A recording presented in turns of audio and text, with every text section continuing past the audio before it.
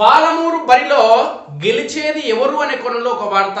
ఇక్కడ గెలిచేది ఎవరు అనే కోణంలో కాంగ్రెస్ కి ఎంత బలం ఉంది, బీజేపీకి ఎంత బలం ఉంది, అదేవిధంగా బీఆర్ఎస్ పార్టీకి ఎంత బలం ఉంది అనేది ఒకసారి చూస్తే ఇప్పుడున్న బలాబలాలను ఒకసారి అంచనా వేయాలంటే గత బలాబలాలను కూడా ఖచ్చితంగా అంచనా వేయాల్సి ఉంటుంది ఎవరిదైనా. ఎందుకంటే ఒక వ్యక్తి ఎలాంటి వాడు అని చెప్పడానికి గతమే నిదర్శనం.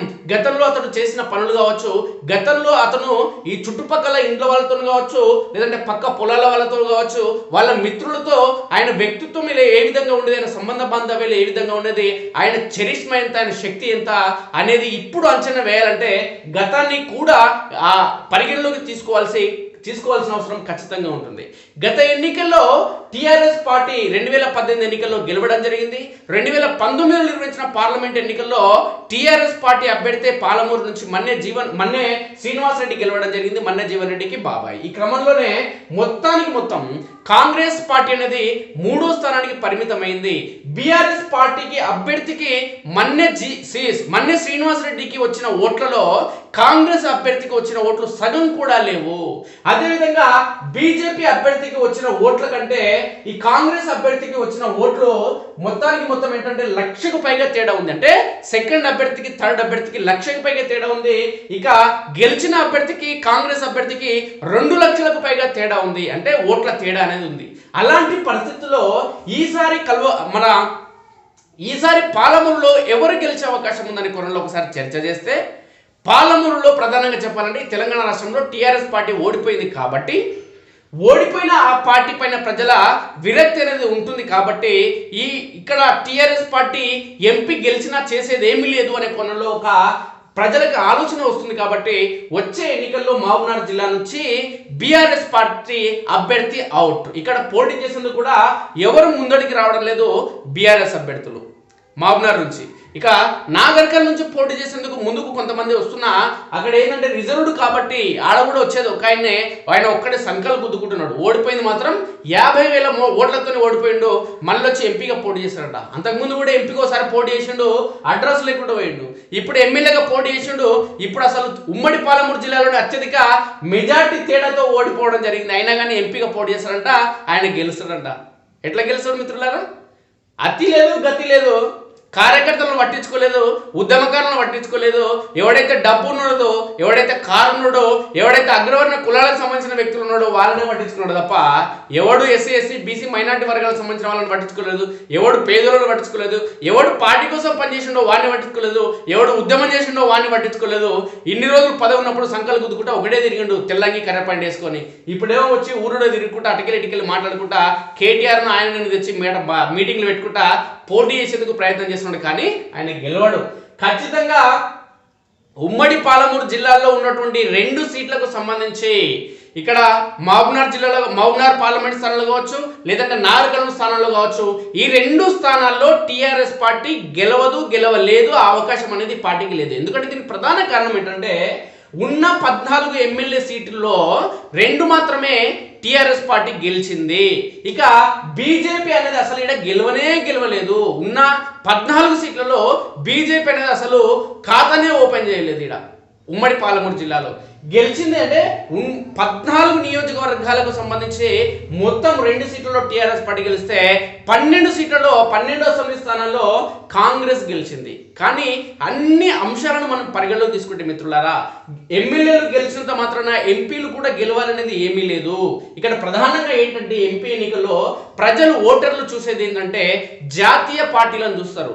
జాతీయ స్థాయిలో ఏ పార్టీ ఉంది ఆ పార్టీకి ఓటేస్తే మేలు ఉంటుంది. గత ఎన్నికల్లో టీఆర్ఎస్ పార్టీకి ఎందుకు ఎక్కువ సీట్లు ఇచ్చారు తెలంగాణ సమాజం అంటే, తెలంగాణ రాష్ట్రంలో అధికారంలో ఉంది కాబట్టి కేసీఆర్ ఏదో నడుతడు పొడుస్తాడు, ఆడపోయి నరేంద్ర మోడీని గద్దె దించాడు, ఆయన ప్రధానమంత్రి పదవి నుంచి దించి ఈయన పోయి కూర్చున్న కోణంలో తెలంగాణ ప్రజలని మాయ చేసి మభ్యపెట్టి మసిపూసి మారడికాయ చేశారు. కాబట్టి తెలంగాణ ప్రజలు మంచి మనసున్న వాళ్ళు, అమాయకులు కాబట్టి కేసీఆర్కి ఎక్కువ సీట్లు ఇవ్వడం జరిగింది. కానీ ఎక్కువ సీట్లు ఇచ్చినప్పటికీ కూడా ఈ తెలంగాణ రాష్ట్రంలో గత ఎన్నికల్లో 2018 ఎన్నికల్లో బీజేపీ ఒకే ఒక్క స్థానంలో గెలిచింది. అది కూడా రాజా సింగ్ మాత్రమే గెలవడం జరిగింది గోషమహల్ నుంచి. ఒకే ఒక్క ఎమ్మెల్యే సీటు గెలిచిన ఈ క్రమంలో పార్లమెంట్ ఎన్నికల్లో మాత్రం బీజేపీ 4 సీట్లలో విజయం సాధించడం జరిగింది.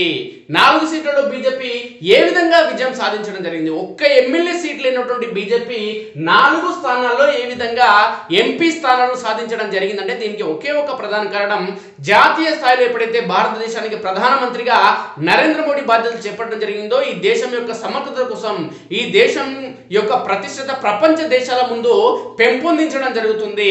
ఈ దేశంలో ఒక పటిష్టమైన పాలన అందించడం జరుగుతుంది. ఎప్పుడైతే ప్రధానమంత్రిగా నరేంద్ర మోడీ బాధ్యతలు చేపట్టడం జరిగిందో అప్పటి నుంచి, అంటే ఈ 10 ఏళ్ల కాలంలో, సుమారు ఈ 10 ఏళ్ల కాలంలో ఈ దేశంలో స్కామ్లు అనేది లేదు. ప్రధానంగా స్కామ్లు అనేది, అవినీతి అక్రమాలు అనేది దేశంలో లేవు. కాబట్టి గతంలో కాంగ్రెస్ పార్టీ అంటే అవినీతి అక్రమాలకు, కుంభకోణాలకు అడ్రస్ గా మారడం జరిగింది కాంగ్రెస్ పార్టీ. కాబట్టి గతంలో పాలన సుమారు ఈ దేశాన్ని 55 ఏళ్లకు పైగా, అంటే 75 ఏళ్ళు అవుతుంది ఈ దేశానికి స్వతంత్రం వచ్చి. సుమారు 55 ఏళ్లకు పైగా ఈ దేశాన్ని పాలించింది ఒకే ఒక పార్టీ, అతిపెద్ద పార్టీ, అత్యధిక కాలం పాలించిన పార్టీ, అత్యధిక సంవత్సరాలు పాలించిన పార్టీ కాంగ్రెస్ పార్టీ. కానీ ఎప్పుడైతే ప్రధానమంత్రిగా నరేంద్ర మోడీ బాధ్యతలు చేపట్టడం జరిగిందో, ప్రధానమంత్రిగా ఒక సుస్థిరమైన పాలన అందించడం జరుగుతుంది. అవినీతి అక్రమాలు కానీ, కుంభకోణాలు కానీ దేశంలో లేకుండా పోయినాయి. కాంగ్రెస్ ప్రభుత్వ హయాంలో కుంభకోణాలు అనేది, భారీ కుంభకోణాలు, 100,000 కోట్ల, లక్షల కోట్ల కుంభకోణాలు జరిగేవి దేశంలో పాలన కొనసాగిస్తున్న క్రమంలో కాంగ్రెస్ పార్టీ. కానీ బీజేపీ ఎప్పుడైతే అధికారంలోకి వచ్చిందో కేంద్రంలో, నరేంద్ర మోడీ ఎప్పుడైతే ప్రధానమంత్రి కావడం జరిగిందో ఈ దేశానికి, అప్పటి నుంచి కుంభకోణాలు అనేది ఈ దేశంలో లేకుండా పోయినాయి. స్వచ్ఛమైన పాలన అందించే క్రమంలోనే ప్రధాని నరేంద్ర మోడీ దేశ ప్రజల కీర్తిని గడించడం జరుగుతుంది. ఇప్పుడు ప్రపంచ వ్యాప్తంగా ప్రజలందరికీ నచ్చిన లీడర్ ఎవరని ప్రతి సర్వే జరుగుతుంది 10 ఏళ్ల కాలం నుంచి. అంతకుముందు కూడా జరిగేది. ఈ 10 ఏళ్ల కాలంలో ప్రధానమంత్రి నరేంద్ర మోడీ ప్రపంచంలో నెంబర్ 1 రాజకీయ నాయకుడిగా, ప్రజలు మెచ్చిన నాయకుడిగా, ప్రపంచంలోనే నెంబర్ 1 ఉంటున్నాడు ప్రధానమంత్రి. అంటే ఈ దేశానికి పాలన ఏ విధంగా అందిస్తుందో అర్థమవుతుంది మిత్రులారా. అందుకోసమే ఇక్కడ కిషన్ రెడ్డి రాష్ట్ర అధ్యక్షుడు అయిన తర్వాత ఈ రాష్ట్రంలో బీజేపీ అనేది తుడిచిపెట్టుకుపోయే పరిస్థితి వచ్చింది. ఎందుకంటే బండి సంజయ్ ఈ రాష్ట్ర అధ్యక్షుడిగా ఎప్పుడైతే బాధ్యతలు చేపట్టడం జరిగిందో, ఈ తెలంగాణ రాష్ట్రంలో బీజేపీ అధికారంలో వచ్చే అవకాశం అనే కోణంలో అంచనాలు తారాస్థాయికి చేరినాయి. కానీ బండి సంజయ్ను పక్కకు తప్పించి టీఆర్ఎస్ పార్టీని రాష్ట్రంలో గెలిపించాలనే కోణంలో కిషన్ రెడ్డిని తీసుకొచ్చి రాష్ట్ర అధ్యక్షుని చేసిన క్రమంలోనే ఇక్కడ బీజేపీ అనేది అత్యల్ప సీట్లను, అంటే అధికారంలోకి వస్తుంది పార్టీ అన్న కోణం నుంచి 8 సీట్లకు పరిమితం కావడం జరిగింది. దీన్ని ఆసరా చేసుకుని టీఆర్ఎస్ చేసిన అవినీతి అక్రమాలు కావచ్చు, భూ కబ్జాలు కావచ్చు, లేదంటే ఎన్నికల్లో హామీ ఇచ్చిన ఏవైతే హామీలు ఇవ్వడం జరిగిందో, రైతులకు, దళితులకు 3 ఎకరాల భూమి, దళిత సోదరులను ముఖ్యమంత్రి చేయడం, 50 ఏళ్లకు పెన్షన్ కావచ్చు, నిరుద్యోగ భృతి కావచ్చు, ఉద్యోగ ప్రకటన చేయకపోవడం, ఈ డబుల్ బెడ్రూమ్ ఇళ్ల నిర్మాణం చేయకపోవడం, ఇవన్నీ ఇచ్చిన హామీలు నెరవేర్చకపోవడం, దళిత బంధు, బీసీ బంధు, మైనార్టీ బంధు తదితర బంధుల క్రమంలో అవినీతి అక్రమాలకు, సొంతలకు పథకాలు కట్టబెట్టడం, కోట్ల రూపాయల్లో అవినీతి అక్రమాలు చోటు చేసుకోవడం, అధికారులు ఎవరైతే ఉన్నారో చనిపోయిన వాళ్ళు బతుకున్న చనిపోయినట్లుగా మసిపూసి మారడికాయలు చేసి కోట్ల రూపాయలు గడించడం, ఇవన్నీ చేసిన క్రమంలోనే కాంగ్రెస్ పార్టీకి తెలంగాణ రాష్ట్ర ప్రజలు అధికారం కట్టబెట్టడం జరిగింది. కానీ కాంగ్రెస్ పార్టీ రాష్ట్రంలో అధికారంలోకి వచ్చినంత మాత్రాన, అత్యధిక మంది ఎమ్మెల్యేలు గెలిచినంత మాత్రాన ఎంపీ అభ్యర్థులు కూడా గెలుస్తారు అనుకుంటే ఇంకా వీళ్ళకంటే అమాయకులు ఎవరూ ఉండరు. ఎంపీ అభ్యర్థులుగా పోటీ చేసేటోడు కనీసం మినిమం హిందీ మాట్లాడేటోడు అయి ఉండాలి. మన ప్రాంత సమస్యలు మాట్లాడాలి, మన ప్రాంత సమస్యల పరిష్కారం కోసం ప్రయత్నం చేసేటోడు అయి ఉండాలి. హిందీ దేశంలో ప్రధానమైన భాష కాబట్టి హిందీ మినిమం వచ్చినోడే ఎంపీ అయితే ఆ ప్రాంతానికి మేలు జరుగుతుంది. కానీ కనీసం కైసే అన్నటోడు అనడని కూడా ఎంపీ అయితే వాళ్ళతోని ఆ పార్లమెంట్ నియోజకవర్గానికి వచ్చే ఉపయోగం ఎలాంటిది ఉండదు. అంటే మొత్తంగా మనం టోటల్గా చూసుకుంటే కాంగ్రెస్ ఎమ్మెల్యేలు అత్యధిక మంది గెలిచినంత మాత్రాన ఈయన ఎంపీ అభ్యర్థి గెలిచాడని ఏమీ లేదు. ఎమ్మెల్యేలు ఈ రాష్ట్రంలో గెలవలేదు కాబట్టి ఎంపీగా గెలవడు అన్నదానికి ఏమీ లేదు. టీఆర్ఎస్ పార్టీ ప్రాంతీయ పార్టీ కాబట్టి ఆ పార్టీ అభ్యర్థి గెలిచిన పోయి నరికేది పొడిచేది ఏమి లేదు కాబట్టి వాళ్ళు గెలుస్తారనే ఆశ తెలంగాణ ప్రజలకు లేదు. కాబట్టి మహబూబ్ నగర్లో గెలిచేది నిలిచేది అక్కడ ఉండే అభ్యర్థి ఒకవేళ డీకే అన్న కనుక అయితే ఖచ్చితంగా, ఒకవేళ బీజేపీ కనుక డీకే అన్న అభ్యర్థిగా ప్రకటిస్తే, ఎందుకంటే గత ఎన్నికల్లోనే ఆమెకు తక్కువ సమయం ఉన్నా కానీ 3 3,33,573 ఓట్లు రావడం జరిగింది. అంటే గెలిచిన అభ్యర్థి కంటే ఈమెకి సుమారుగా ఒక 80,000 ఓట్ల తేడా మాత్రమే ఉంది. అంటే ఈమె చాలా దగ్గరికి రావడం జరిగింది. కానీ ఇక్కడ కాంగ్రెస్ అభ్యర్థి ఎవరైతే ఉన్నారో, కాంగ్రెస్ అభ్యర్థి గెలిచిన అభ్యర్థికి, ఓడిపోయిన అభ్యర్థి, మూడో స్థానంలో నిలిచిన అభ్యర్థికి సగం కూడా ఓట్లు రాలేదు. కాబట్టి గత ఎన్నికల్లో పోటీ చేసిండో మళ్ళా నియోజకవర్గానికి, పార్లమెంటు నియోజకవర్గానికి జీవితంలో ఎన్నడూ వెళ్ళలేదు. అక్కడ ఉన్న కార్యకర్తలు సచ్చిరా బతికిరా చూడలేదు.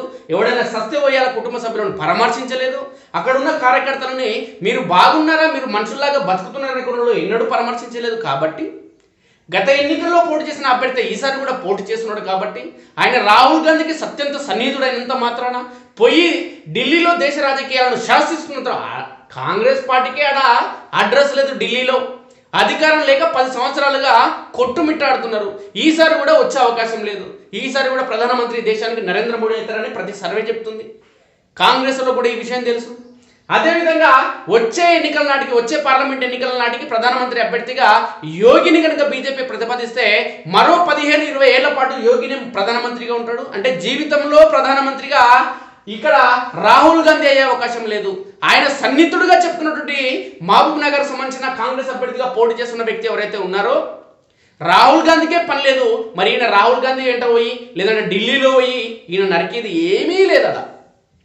అంటే మొత్తానికి చెప్పేది ఏంటంటే ఈయన కార్యకర్తలను పట్టించుకునే వ్యక్తిత్వం కాదు అనే కోణంలోనే కల్వకుర్తి ప్రజలు ఓడించడం జరిగింది 2018 ఎన్నికల్లో. ఈసారి పోటీ చేసినా గెలిచే పరిస్థితి లేదు అనే కోణంలో తప్పుకొని కసిరెడ్డి నారాయణ రెడ్డికి టికెట్ ఇచ్చే పరిస్థితి తీసుకురావడం జరిగింది కల్వకుర్తిలో. ఈయన మహబూబ్నగర్లో గత ఎన్నికల్లో పోటీ చేసిన తర్వాత, ఎందుకంటే 1,93,631 మంది ఓట్లు వేయడం జరిగింది కాంగ్రెస్ అభ్యర్థికి. అయినా ఆ ప్రజల ఆకాంక్షల కోసం, ఆ ప్రజల సమస్యల పరిష్కారం కోసం, ఆ ప్రజల స్థితిగతిని తెలుసుకునేందుకు ఎన్నడూ కూడా వెళ్ళని ఈ వ్యక్తి, పోటీ చేసి మళ్ళీ వెళ్ళని వ్యక్తి మళ్ళోసారి వచ్చి పోటీ చేసినంత మాత్రం ఇక్కడ గెలిచే పరిస్థితి లేదు. ప్రధానంగా ఇక్కడ పోటీదారుడుగా ఉండొచ్చు. బీజేపీకి ప్రధానమైన పోటీ ఈ కాంగ్రెస్ అభ్యర్థి ఇవ్వచ్చు.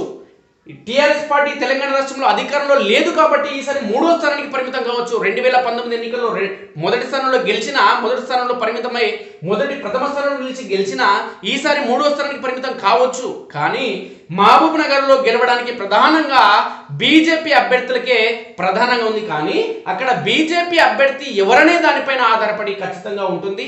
అక్కడ కనుక బీజేపీ అభ్యర్థి కనుక సరైన వ్యక్తి, డీకేఆర్ లాంటి వ్యక్తి నిలబడితే మాత్రం కాంగ్రెస్ అభ్యర్థి గాలిలో కలిసిపోవడం ఖాయం.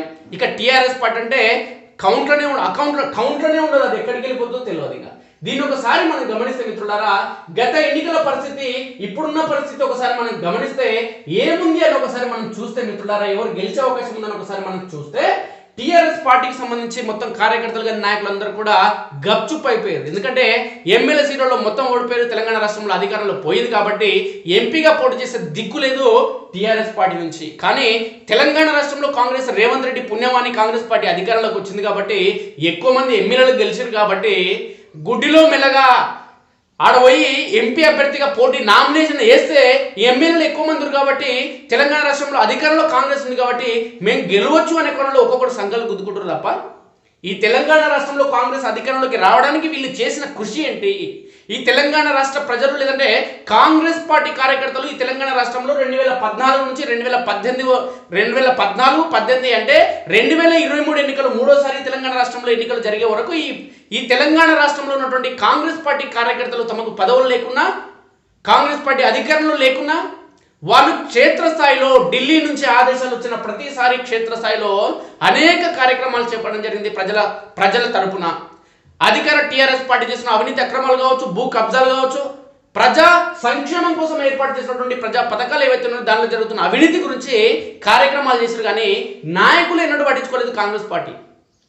ఎప్పుడైతే టీడీపీ నుంచి రేవంత్ రెడ్డి ఆ పార్టీకి రాజీనామా చేసి కాంగ్రెస్ పార్టీలకు రావడం జరిగిందో, కాంగ్రెస్ పార్టీలకు వచ్చిన తర్వాత టీడీపీసీసీ వర్కింగ్ ప్రెసిడెంట్ అయిందో, తర్వాత ఈ పార్టీకి ముఖ్యమంత్రి అభ్యర్థిగా ఎప్పుడైతే ప్రకటించడం జరిగిందో, లేదంటే అంతకంటే ముందు ముఖ్యమంత్రి రేవంత్ రెడ్డి అవుతాడనే కోణంలో, లేదంటే రేవంత్ రెడ్డి కేసీఆర్ను డైరెక్ట్గా ఢీకొన్న క్రమంలోనే కాంగ్రెస్ పార్టీ పైన తెలంగాణ సమాజానికి నమ్మకం పెరిగింది.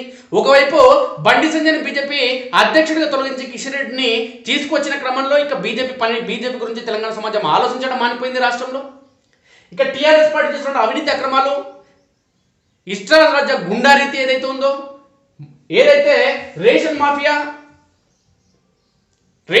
కావచ్చు, మైనింగ్ మాఫియా కావచ్చు, ఇసుక మాఫియా, ఇవన్నీ రెచ్చిపోయిన క్రమంలోనే తెలంగాణ సమాజం మొత్తం ఇబ్బందులకు గురి కావడం జరిగింది. ఆ పార్టీ పైన అసహ్యం పెంచుకోవడం జరిగింది. నిజంగా ఉద్యమకారులు, నిజంగా పార్టీ కోసం, టీఆర్ఎస్ పార్టీ కోసం పనిచేసిన వాళ్ళందరూ కూడా ఈ పార్టీలో ఉంటే తెలంగాణ సమాజానికి మేలు జరగదు అనే క్రమంలో కాంగ్రెస్ పార్టీలో భారీ మొత్తంలో చేరడం జరిగింది. రేవంత్ రెడ్డి చాకచక్యంతో, రేవంత్ రెడ్డి మాటకర్తనంతో, రేవంత్ రెడ్డి కేసీఆర్ ఢీకొన్న క్రమంలోని తెలంగాణ రాష్ట్రంలో కాంగ్రెస్ పార్టీ అధికారంలోకి వచ్చింది తప్ప మహబూబ్ నగర్ లో పోటీ చేసినటువంటి కాంగ్రెస్ పార్టీ అభ్యర్థి రాహుల్ గాంధీతో సన్నిహితంగా ఉండడంతో ఈ తెలంగాణ రాష్ట్రంలో కాంగ్రెస్ పార్టీ అధికారంలోకి రాలేదు. రేవంత్ రెడ్డి కాంగ్రెస్ పార్టీని అధికారంలోకి తీసుకువచ్చిన తర్వాత వీళ్ళందరూ సంకలు గుద్దుకుంటూ మాకు టికెట్లు కావాలంటున్నారు ఒక్కొక్క ఆయన. రేవంత్ రెడ్డి చరిష్మ లేకుంటే కాంగ్రెస్ పార్టీ అధికారంలోకి వచ్చేదే కాదు. అయినప్పటికీ కూడా మహబూబ్ నగర్ లో బీజేపీ గెలిచేందుకే ఎక్కువగా అవకాశాలు ఉన్నాయి. ఇక పాలమూరు బరిలో కాంగ్రెస్ ను ఢీకొట్టేది ఎవరు? 7 స్థానాలు అసెంబ్లీ స్థానాలు గెలిచిన కాంగ్రెస్, కానీ అభ్యర్థి 7 గెలిచింది పాలమూరు పార్లమెంట్ పరిధిలో. కానీ అక్కడ అభ్యర్థి కూడా ప్రముఖం కానున్నాడు. అసలే సీట్లు గెలవని గత ఎన్నికల్లో 2018 ఎన్నికల్లో ఒక్క సీటు మాత్రమే 119 నియోజకవర్గాలున్న ఈ తెలంగాణ రాష్ట్రంలో గోషమాల్లో బీజేపీ అభ్యర్థి ఒక్కడే గెలిచిండు, రాజాసింగ్. కానీ 4 బీజేపీ స్థానాలు ఎట్లా గెలిచింది బీజేపీ? 4 పార్లమెంట్ స్థానాలను బీజేపీ ఎట్లా గెలిచింది? ఒక్క ఎమ్మెల్యే లేకుండా వాళ్ళు పోటీ చేసిన స్థానాలు ఎట్లా గెలిచిందంటే ఆ అభ్యర్థులకు ఉన్న సమర్థత, జాతీయ స్థాయిలో మంచి సమర్థమైన పాలన అందిస్తున్నటువంటి మోడీ, ఇవన్నీ కారణాలను బేస్ చేసుకుంటారు. కాబట్టి అసెంబ్లీ ఎన్నికల్లో అవేమి చూడరు. కేవలం రాష్ట్రంలో ఏ పార్టీ అధికారంలోకి రావాలని కొనలో చూస్తారు తప్ప అభ్యర్థులను ప్రధానంగా చూడరు. పార్లమెంట్ ఎన్నికలు మాత్రం అది కాదు. అభ్యర్థులతో పాటు ఈ దేశంలో సుస్థిరమైన పాలన అందిస్తున్నటువంటి జాతీయ పార్టీలను మాత్రమే చూస్తారు తప్ప రాష్ట్ర పార్టీలను చూడరు. కాబట్టి రాష్ట్ర పార్టీని చూడరు. ఈ రాష్ట్రంలో ఓడిపోయిన పార్టీ టీఆర్ఎస్ పార్టీ కాబట్టి ఆ పార్టీ పక్కకు జరిగింది, ఎలిమినేట్ అయిపోయింది తెలంగాణ ప్రజల నుంచి. ఇక్కడ జరగాల్సిన పోటీ ఏంటంటే కాంగ్రెస్ కి బీజేపీకి మధ్యనే. ఈ ఇద్దరు అభ్యర్థులు ఎవరు మేలు అనే కోణంలో అక్కడ ప్రజలు చూస్తారు కాబట్టి, అక్కడ ప్రజలు ఆలోచిస్తారు కాబట్టి వచ్చే ఎన్నికల్లో కూడా ఖచ్చితంగా కేంద్రంలో బీజేపీ అధికారంలోకి వస్తుందనే కోణంలో చర్చ జరుగుతుంది. కాబట్టి బీజేపీకి మెరుగైన అవకాశాలు ఉన్నాయి పాలమూరులో తప్ప కాంగ్రెస్ కు కాదు అనడంలో ఎలాంటి డౌట్ లేదు. దానికి సంబంధించిన వార్తనే ప్రధానంగా రావడం జరిగింది. అయితే 2023 అసెంబ్లీ ఎన్నికల్లో పార్టీలకు పోలైన ఓట్లు ఒకసారి మనం గమనిస్తే మిత్రులారా, కొడంగల్ నియోజకవర్గంలో పోలైన ఓట్లు చూస్తే 195,163, కాంగ్రెస్ కు వచ్చిన ఓట్లు 107,429, బీఆర్ఎస్ కు వచ్చిన ఓట్లు 74,897, ఇక బీజేపీ అభ్యర్థికి వచ్చిన ఓట్లు 3,988. ఇక మహబూబ్నగర్ అసెంబ్లీ నియోజకవర్గాన్ని చూస్తే మొత్తం పోలైన ఓట్లు 180,572, కాంగ్రెస్ అభ్యర్థికి వచ్చిన ఓట్లు 87,227, బీఆర్ఎస్ కు వచ్చిన ఓట్లు 68,489, బీజేపీకి వచ్చిన ఓట్లు 19,919. దేవరకద్ర నియోజకవర్గాన్ని గమనిస్తే 195,423 ఓట్లు పోలోగా 88,551 ఓట్లు కాంగ్రెస్ కు వచ్చినాయి, 87,159 ఓట్లు బీఆర్ఎస్ కు వచ్చినాయి. రెండు సరి సమానంగా ఉన్నాయి. 13,164 ఓట్లు బీజేపీకి వచ్చినాయి. జడ్చర్ల నియోజకవర్గాన్ని చూస్తే పోలైన ఓట్లు 180,640 ఓట్లు, కాంగ్రెస్ కు వచ్చిన ఓట్లు 90,865, 75,694 ఓట్లేమో బీఆర్ఎస్ కు వచ్చినాయి. ఇక 7,312 ఓట్లేమో బీజేపీకి వచ్చినాయి. మత్తల్ నియోజకవర్గాన్ని గమనిస్తే 187,834 పోలైన ఓట్లు, 74,917 ఓట్లు కాంగ్రెస్ కి, 57,392 ఏమో బీఆర్ఎస్ కి, 15,075 ఏమో బీజేపీ అభ్యర్థికి. ఈ నారాయణపేటను ఒకసారి గమనిస్తే 1,80,899 ఓట్లు పోలోగా 84,704 ఓట్లు కాంగ్రెస్ కి, 76,757 బీఆర్ఎస్ కి, 15,075 ఏమో బీఆర్ఎస్ బీజేపీకి వచ్చినాయి. షాద్నగర్ నియోజకవర్గాన్ని చూస్తే 195,555, కాంగ్రెస్ కు వచ్చిన ఓట్లు 77,817, బీఆర్ఎస్ కు వచ్చిన ఓట్లు 70,689, బీజేపీకి వచ్చిన ఓట్లు 8,164. మొత్తం పోలైన ఓట్లు 13,19,086. కాంగ్రెస్ కు మొత్తం పోలైన ఓట్లు 6,11,514. మొత్తం బీఆర్ఎస్ కు పోలైన ఓట్లు 5,01,895. ఇక బీజేపీకి పోలైన ఓట్లు 1,13,080 ఓట్లు. ఇది ఒక్కటి మనం అర్థం చేసుకోవాలి మిత్రులారా. ఇప్పుడు టోటల్ గా 7 నియోజకవర్గాలకు సంబంధించి బీజేపీ అసెంబ్లీ అభ్యర్థులకు వచ్చిన ఓట్లు 1,13,080 ఓట్లు మాత్రమే రావడం జరిగింది 2023 అసెంబ్లీ ఎన్నికలకు సంబంధించి. అదే 2019 పార్లమెంట్ ఎన్నికలకు సంబంధించి ఒకసారి మనం గమనిస్తే మిత్రులారా, బీజేపీ అభ్యర్థి ఒక్క పార్లమెంట్ నియోజకవర్గానికి సంబంధించి బీజేపీ అభ్యర్థి డీకే అరుణకు వచ్చిన ఓట్లు 3,33,573 ఓట్లు వచ్చినాయి. అంటే ఈ 7 నియోజకవర్గాలకు సంబంధించిన దానికంటే డబల్ కంటే ఎక్కువ వచ్చినాయి ఒక్క పార్లమెంట్ స్థానం నుంచి. అంటే ఇదే పార్లమెంట్ పరిధిలోకి డబల్ కంటే ఎక్కువ వచ్చినాయి. అసెంబ్లీ ఎన్నికల్లో 7 నియోజకవర్గాలకు సంబంధించి ఎమ్మెల్యేలందరికీ ఎన్ని వచ్చినాయో ఈ పార్లమెంట్ నియోజకవర్గానికి సంబంధించి అన్ని 7 నియోజకవర్గాలకు సంబంధించిన వచ్చిన ఓట్లు గత ఎన్నికల్లో డబల్ గా ఉన్నాయి. అంటే పార్లమెంట్ ఎన్నికలకు అదేవిధంగా అసెంబ్లీ ఎన్నికలకు సంబంధం లేనే లేదు. పార్లమెంట్ ఎన్నికల్లో అసెంబ్లీ ఎన్నికల్లో గెలిచిన వ్యక్తి పార్లమెంట్ ఎన్నికల్లో గెలవాలని లేదు. అసెంబ్లీ ఎన్నికల్లో అత్యధిక ఓట్లు వచ్చిన వ్యక్తే పార్లమెంట్ ఎన్నికల్లో వస్తాయి అనుకుంటే అలాంటి అమాయకులు ఇంకెవరు ఉండరు. ఇక పార్లమెంట్ పరిధిలో ఓటర్ల సంఖ్య ఒకసారి మనం గమనిస్తే మహబూబ్నగర్ పార్లమెంట్ పరిధిలో 2,43,689 మంది ఓటర్లు ఉన్నారు.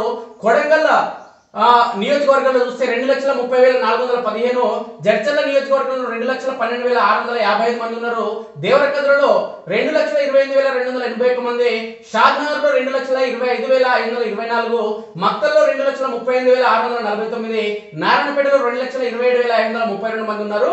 ఇక మొత్తానికి 2019 పార్లమెంట్ ఎన్నికల్లో అభ్యర్థులకు పోలైన ఓట్లు ఒకసారి మనం గమనిస్తే టిఆర్ఎస్ పార్టీ అభ్యర్థి మన్నె శ్రీనివాస్ రెడ్డికి వచ్చిన ఓట్లు 4,11,402, డీకే అరుణకు 3,33,573, చల్లా వంశీచంద్ర రెడ్డికి వచ్చిన ఓట్లు 1,93,631. అంటే కాంగ్రెస్ అభ్యర్థికి వచ్చిన ఓట్లు 1,93,631 ఓట్లు వచ్చినాయి. అంటే ఇక గెలిచిన అభ్యర్థికి వచ్చిన దాంట్లో ఆయనకు ఎక్కడంటే గెలిచిన అభ్యర్థికి వచ్చిన ఓట్లలో సగం రాలేదు. అదేవిధంగా రెండో స్థానంలో నిలిచిన డీకే అరుణకు వచ్చిన ఓట్లలో 1,00,000కు పైగా తేడా ఉందంటే ఈయన పరిస్థితి ఏ విధంగా ఉందో అర్థం చేసుకో మిత్రులారా. ఇక బీజేపీలో టికెట్ కోసం పోటీ జరుగుతుంది. పార్లమెంట్ ఎలక్షన్ లో బీజేపీ గట్టి పోటీ ఇచ్చే అవకాశాలు ఉన్నాయి. 1999లో జరిగిన పార్లమెంట్ ఎన్నికల్లో ఇక్కడ బీజేపీ నుంచి పోటీ చేసిన ఏపీ జితేందర్ రెడ్డి గెలుపొందారు. తర్వాత ఎప్పుడూ కాషాయ పార్టీ విజయం సాధించలేదు. 2019 ఎన్నికల్లో బీజేపీ తరఫున పోటీ చేసిన డీకే అరుణ 3,33,573 లక్షల ఓట్లు సాధించి 3,33,573 ఓట్లు సాధించి రెండో స్థానంలో నిలవడం జరిగింది. ఇటీవల జరిగిన అసెంబ్లీ ఎన్నికల్లో కూడా ఈ పార్టీకి మక్తల్ నియోజకవర్గం మినహా ఎక్కడ డిపాజిట్లు రాలేదు. కానీ గత అసెంబ్లీ ఎన్నికల ఓటింగ్ శాతంతో పోలిస్తే ఈసారి మహబూబ్నగర్, జడ్చర్ల, దేవరకద్ర, మక్తల్ నియోజకవర్గాల్లో ఓట్ల శాతం పెరిగింది. ఒక్క మక్తల్ నియోజకవర్గంలోని 24.6% ఓట్లు పోలయ్యాయి. అసెంబ్లీ ఎన్నికలు ముగిసిన వెంటనే ఆ పార్టీ హైకమాండ్ మహబూబ్నగర్, నారాయణపేట జిల్లాల అధ్యక్షుడు తప్పించి కొత్త వారికి అవకాశం ఇవ్వడంతో కేడర్లో నూతన ఉత్సాహం కనిపిస్తుంది. దీనికి తోడు పార్లమెంట్ ఎన్నికలు కూడా కావడంతో మోదీ చరిష్మా పనిచేసే అవకాశం ఉంది. అలాగే రామ మందిర నిర్మాణం కూడా పార్టీకి కలిసొచ్చే అంశమే. అయితే పార్టీలో లీడర్ల మధ్య టికెట్ వార్ నడుస్తుంది. ఆ పార్టీ జాతీయ ఉపాధ్యక్షుడు డీకే అరుణ, జాతీయ కార్యవర్గ సభ్యుడు AP Jitender Reddy, state treasurer Shanthikumar ticket కోసం పోటీ పడుతున్నారు. శాంతికుమార్ బీసీ కోటా కింద తనకే టికెట్ వస్తుందన్న నమ్మకంతో నియోజకవర్గంలో పలు కార్యక్రమాలు నిర్వహిస్తున్నారు. టికెట్ కోసం చివరి వరకు ఫైట్ చేస్తారని ఇటీవల జరిగిన సమావేశంలో జితేందర్ రెడ్డి ప్రకటన చేశారు. డీకే అరుణ కూడా టికెట్ తనదే అని కాన్ఫిడెంట్ గా ఉన్నారు. ఈ ముగ్గురి తీరుతో క్యాడర్ చెల్లిపోవడంతో పాటు అయోమయంలో పడింది. 4 రోజుల కిందట మక్తల్ నియోజకవర్గం నుంచి ఆ పార్టీ విజయ సంకల్ప యాత్ర ప్రారంభించింది. ఈ యాత్రలో కొందరు లీడర్లు అయిష్టంగానే పాల్గొన్నట్టు తెలుస్తుంది. 2 రోజుల కింద జరిగిన ప్రోగ్రామ్ లో ఓ లీడర్ వర్గానికి చెందిన క్యాడర్ పాల్గొనలేదు. అయితే టికెట్ కోసం పోటీ పడుతున్న ముగ్గురులో ఒకరికి టికెట్ ఇవ్వని పక్షంలో ఓ రాష్ట్రం నుంచి గవర్నర్ పదవిని కట్టబెట్టాలని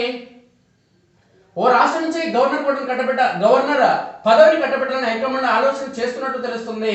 ఇక బీఆర్ఎస్ గప్చుప్ అయిపోయింది. 2009, 2014, 2019లో జరిగిన పార్లమెంట్ ఎన్నికల్లో బీఆర్ఎస్ హ్యాట్రిక్ విజయాలు నమోదు చేసింది. ఈ పార్లమెంట్ పరిధిలో 7 అసెంబ్లీ స్థానాల్లో ఘోర పరాజయాన్ని చవిచూస్తుంది. అన్ని చోట్ల పార్టీ సిట్టింగ్ ఎమ్మెల్యేలు రెండో స్థానానికి పరిమితమయ్యారు. ఆ పార్టీ లీడర్ల అహంకార ధోరణి, నిర్లక్ష్యం, ల్యాండ్, ఇసుక, మైన్స్, వైన్స్, భూదందాలు, కబ్జాల వల్లే ఓడినట్లు చర్చ జరిగింది. ఇటీవల జరిగిన నియోజకవర్గాల సమీక్షల్లోనూ ఆ పార్టీ కార్యకర్తలు లీడర్లను బహిరంగంగానే విమర్శించారు. BRS sitting MP Manne Srinivas Reddy ఆ పార్టీ నేతల తీరుపై అసంతృప్తితో ఉన్నారు.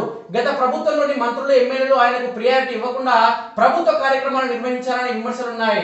హైకమాండ్ కూడా పట్టించుకోకపోవడంతో ఈసారి పోటీకి దూరంగా ఉండాలని నిర్ణయానికి వచ్చినట్టు తెలుస్తుంది. దీనికి తోడు ఆయన అన్న కొడుకు మాజీ టీడీడీ బోర్డు సభ్యుడు మన్నె జీవన్ రెడ్డి సీఎం రేవంత్ రెడ్డితో కలిసి ఇటీవల కాంగ్రెస్ జాతీయ అధ్యక్షుడు మల్లికార్జున ఖర్గే సమక్షంలో పార్టీలో చేరని నేపథ్యంలో లోక్సభ ఎన్నికల్లో బీఆర్ఎస్ నుంచి ఎవరు పోటీ చేస్తారనే దానిపై క్లారిటీ లేదు. మాజీ మంత్రులు నిరంజన్ రెడ్డి, శ్రీనివాస్ గౌడ్, మాజీ ఎమ్మెల్యేలు రాజేందర్ రెడ్డి, మరి జనార్దన్ రెడ్డి పేర్లు వినిపిస్తున్నాయి. ఓడిపోయిన తర్వాత వీరెవరు యాక్టివ్ గా లేరు, హైకమాండ్ వీరిలో ఎవరికి టికెట్ ఇస్తుందన్నా లేక కొత్త వ్యక్తిని సెలెక్ట్ చేస్తున్న విషయం తేలాల్సింది. ఎవరికి ఇచ్చినా టికెట్ టీఆర్ఎస్ నుంచి ఓడిపోక తప్పదు. ఎందుకంటే వాళ్ళు చేసిన అవినీతి అక్రమాలు, భూ కబ్జాలు ప్రజలను ఇబ్బందులకు గురి చేయడంతో పాటు ఇచ్చిన హామీలు ఏవైతే ఉన్నాయో అవన్నీ నెరవేర్చలేదు కాబట్టి వాళ్ళ దుకాణం మొత్తం బంద్ అయిపోయింది టీఆర్ఎస్ వాళ్ళది. అంటే మొత్తంగా చూస్తే పాలమూరు బరిలో మొత్తం చూస్తే గత ఎన్నికలతో పోలిస్తే గత 2018 అసెంబ్లీ ఎన్నికలతో పోలిస్తే 2023 అసెంబ్లీ ఎన్నికల్లో బీజేపీకి భారీ స్థాయిలో ఓట్లు వచ్చినాయి. కాబట్టి దానికి తోడు జాతీయ స్థాయిలో ఎవరు సుస్థిర పాలన అందించడం జరుగుతున్న కోణంలో తెలంగాణ సమాజం ఆలోచన చేస్తుంది. కాబట్టి పార్లమెంట్ అసెంబ్లీ ఎన్నికలకు అసలు సంబంధమే ఉండదు. దీనికి తోడు పార్లమెంట్ ఎన్నికల్లో పోటీ చేస్తున్న అభ్యర్థులు ఎవరు, కనీసం ఈ ముగ్గురు అభ్యర్థులను బేరీజు వేసుకుంటే వీళ్ళు ప్రజా సమస్యల కోసం పరిష్కారం కోసం ప్రయత్నం చేస్తారా? ఒకవేళ కాంగ్రెస్ పార్టీ అభ్యర్థిని గెలిపిస్తే వచ్చే లాభం ఏమైనా ఉందా? ఎందుకంటే జాతీయ స్థాయిలో మళ్ళీ బీజేపీ గెలిచే అవకాశం ఉందనే కోణంలో సంకేతాలు వస్తున్న ఈ తరుణంలో కాంగ్రెస్ అభ్యర్థి గెలిచి అక్కడ పెద్దగా అక్కడ పోయి పొడిచేది ఏం లేదు. కాబట్టి బీజేపీ అభ్యర్థిని గెలిపిస్తేనే జాతీయ స్థాయిలో మళ్ళీ బీజేపీ అధికారంలోకి వస్తుంది. కాబట్టి ఎంతో ఇంతో మహబూబ్నగర్కు మేలు జరుగుతుంది. ఎందుకంటే 2009లో అదేవిధంగా 2014, 2019లో తెలంగాణ సమాజం మొత్తం అత్యంత అమాయకులుగా అతి మంచి మనసు ఉన్న ప్రజలుగా చెప్పుకునే పాలమూరు ప్రజలందరూ కూడా 3 సార్లు టీఆర్ఎస్ పార్టీని గెలిపిస్తే, ఈ 3 సార్లు పాలమూరు జిల్లా నుంచి గెలిపిస్తే ఈ కేసీఆర్ అనే గజ దొంగ ఈ పాలమూరు జిల్లాలో ఉన్నటువంటి ప్రాజెక్టులు ఏవి కూడా ఒక్కటి కూడా పూర్తి చేయలేని గజ దొంగ. కాబట్టి ఈసారి ఖచ్చితంగా టీఆర్ఎస్ పార్టీ అనేది ఉమ్మడి జిల్లాలో గెలిచే పరిస్థితి లేదు. అసలు డిపాజిట్ రావడం కూడా చాలా కష్టం. ఈ పార్టీ నుంచి పోటీ చేసేందుకు ఎవరు కూడా లేడు కాబట్టి ఓడిపోయిన వాడిని మళ్ళీ టికెట్లు ఇచ్చే పరిస్థితి తీసుకొస్తున్నారు తప్ప ఈ ఓడిపోయిన వ్యక్తులు ఎమ్మెల్యేలుగా ఫిట్ కాని ఈ వ్యక్తులు ఎంపీలుగా ఎట్లా ఫిట్ అవుతారు మిత్రులారా? ఎమ్మెల్యేలుగా భూ కబ్జాలు చేసిన వ్యక్తులు ఎంపీలుగా ఎట్లా ఫిట్ అవుతారు? ఎమ్మెల్యేలుగా ప్రజలపైన దాడి చేసిన వ్యక్తులు ఎంపీలుగా ఎట్లా ఫిట్ అవుతారు? భూ కబ్జాలు చేసేందుకు కార్యకర్తలను ప్రేరేపించిన వ్యక్తులు, వాళ్ళ కింద పనిచేసిన వాళ్ళు భూ కబ్జాలు చేయించిన వ్యక్తులు ఎమ్మెల్యేలుగా ఫిట్ కాని వ్యక్తులు ఎంపీలుగా ఎలా ఫిట్ అవుతారు?